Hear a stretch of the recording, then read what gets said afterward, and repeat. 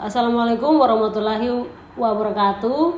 Perkenalkan, nama saya Jenny Fitulova Sangkek dan rekan saya Novela Yesyan. Baik, di video kali ini saya akan menyampaikan materi tentang keterkaitan antara aspek keterampilan berbahasa. Baik, poin yang pertama yaitu secara sederhana kita dapat merenungkan pertanyaan-pertanyaan berikut ini untuk melihat keterkaitan antara aspek keterampilan berbahasa dalam kegiatan berkomunikasi. Mungkin kita melakukan aktivitas mendengarkan tanpa ada yang berbicara atau pembicara. Mungkin kita melakukan aktivitas membaca tanpa ada yang menulis atau penulis. Apakah pengalaman kita dalam menyimak dapat membantu kita dalam melakukan aktivitas berbicara, dan pembaca dapat membantu kita dalam menulis? Dalam upaya menjawab pertanyaan-pertanyaan sederhana itu, kita perlu memperhatikan hubungan antara jenis-jenis keterampilan berbahasa dimaksud. A. Hubungan berbicara dengan menyimak. Menurut Brooks dalam Tarigan 1994, berbicara dan mendengarkan merupakan kegiatan komunikasi dua arah yang bersifat langsung. Apabila kita amati peristiwa-peristiwa komunikasi yang terjadi dalam masyarakat, pertanyaan Brooks itu benar untuk peristiwa komunikasi dalam suatu interaktif seperti diagram berikut ini.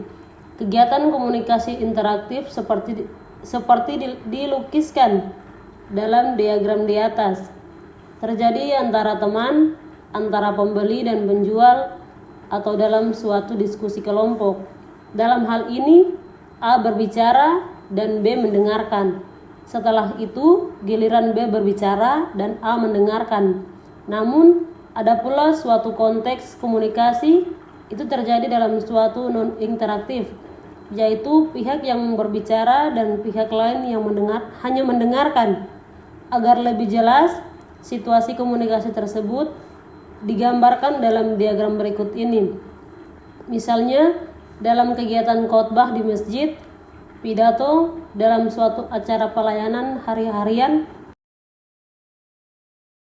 berkampanye atau berbicara dalam suatu acara siaran berita televisi. Di sini hanya satu pihak yang berbicara, pihak lain hanya mendengarkan.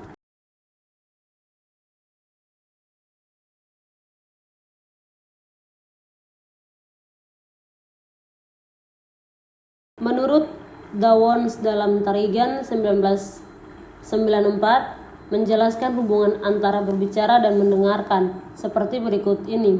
1. Ujaran biasanya dipelajari melalui proses mendengarkan dan proses meniru. Dengan demikian, materi yang didengarkan dan direkam dalam ingatan berpengaruh terhadap kecakapan berbicara seseorang. 2.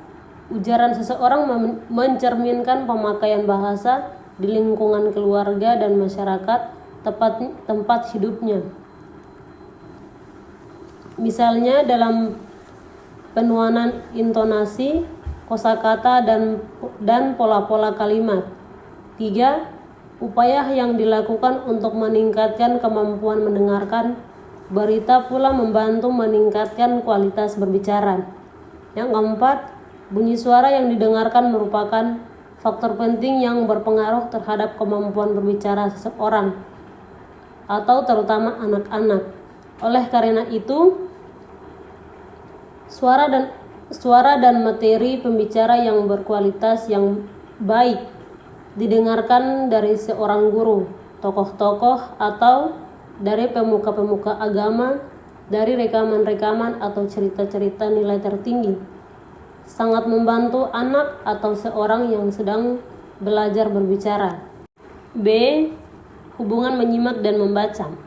Seperti yang telah disinggung pada bagian terdahulu, mendengarkan dan membaca sama-sama merupakan keterampilan berbahasa yang bersifat reseptif. Mendengarkan berkaitan dengan penggunaan ragam lisan, sedangkan baca merupakan aktivitas berbahasa ragam tulis. Ini sejalan dengan penjelasan yang dikemukakan oleh Tarigan 1994 bukan hanya menggambarkan hubungan antara mendengarkan dan membaca, melainkan juga memperlihatkan kaitan antara menyimak dan berbicara, serta membaca dan menulis. Tampak jelas bahwa baik mendengarkan maupun berbicara merupakan kegiatan berbahasa yang bersifat reseptif. Perbedaannya hanya pada objek yang menjadi fokus perhatian awal menjadi stimulus. Pada mendengarkan, fokus perhatian atau stimulus berupa suara atau bunyi-bunyian, sedangkan pada pembaca adalah lambang tulis. Kemudian, baik penyimak maupun pembaca melakukan aktivitas mengidentifikasikan terhadap unsur-unsur bahasa yang berupa suara dalam mendengarkan maupun berupa tulisan dalam membaca. Yang selanjutnya diikuti dengan proses Deonchin guna memperoleh pesan yang berupa konsep, ide atau informasi sebagaimana yang dimaksud oleh si penyampaian. Sehubungan dengan proses pembelajaran bahasa, Tarigan 1994 menyatakan bahwa mendengarkan pun merupakan faktor penting dalam belajar. Secara efektif, membaca sering disampaikan guru di kelas dengan menggunakan bahasa lisan. Untuk itu, kemampuan murid dalam mendengarkan dengan pemahaman yang sangat penting. C. Hubungan membaca dengan menulis. Menulis merupakan kegiatan berbahasa yang bersifat produktif, sedangkan membaca merupakan kegiatan berbahasa yang bersifat reseptif. Seseorang menulis guna menyampaikan gagasan, perasaan, atau informasi dalam bentuk tulisan. Sebaliknya, seorang pembaca guna memahami gagasan, perasaan, atau informasi yang disajikan dalam bentuk tulisan tersebut.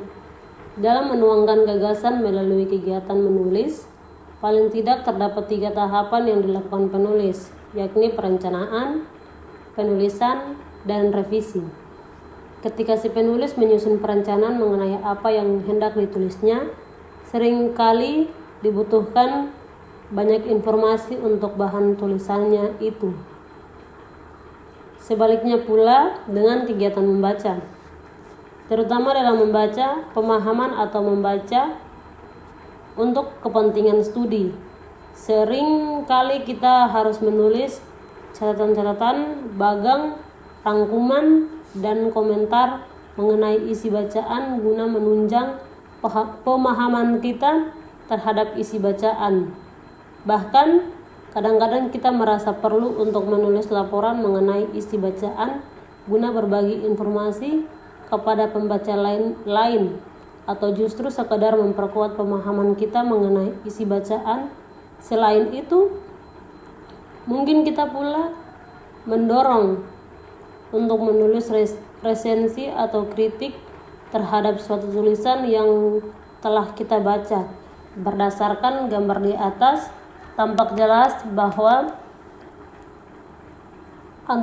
antara aktivitas membaca dan menulis begitu erat kaitannya dalam kegiatan berbahasa.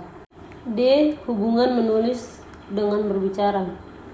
Anda tentu sering menghadiri acara seminar, bahkan mungkin pernah menjadi pemakalanya. Seorang pembicara dalam seminar biasanya diminta menulis sebuah makalah terlebih dahulu.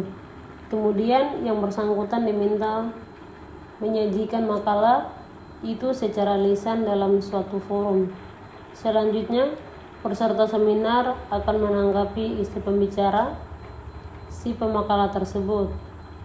Subakyoto Nababan 1993 dan Tarigan 1994 menjelaskan bahwa baik berbicara maupun menulis merupakan kegiatan berbahasa yang bersifat produktif.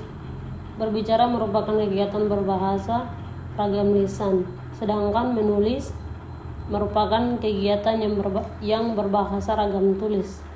Kemudian kegiatan menulis pada umumnya merupakan kegiatan berbahasa tak langsung, sedangkan berbicara pada umumnya bersifat langsung. Ini berarti ada juga kegiatan menulis yang bersifat langsung, misalnya komunikasi tulis dengan menggunakan telepon seluler atau SMS, dengan menggunakan internet atau chatting. Sebaliknya, ada pula kegiatan berbicara secara tidak langsung, misalnya melalui pengiriman pesan suara melalui telepon seluler. Sukbayoto Nababan 1993 berupaya menjelaskan kegiatan antara menulis dan berbicara.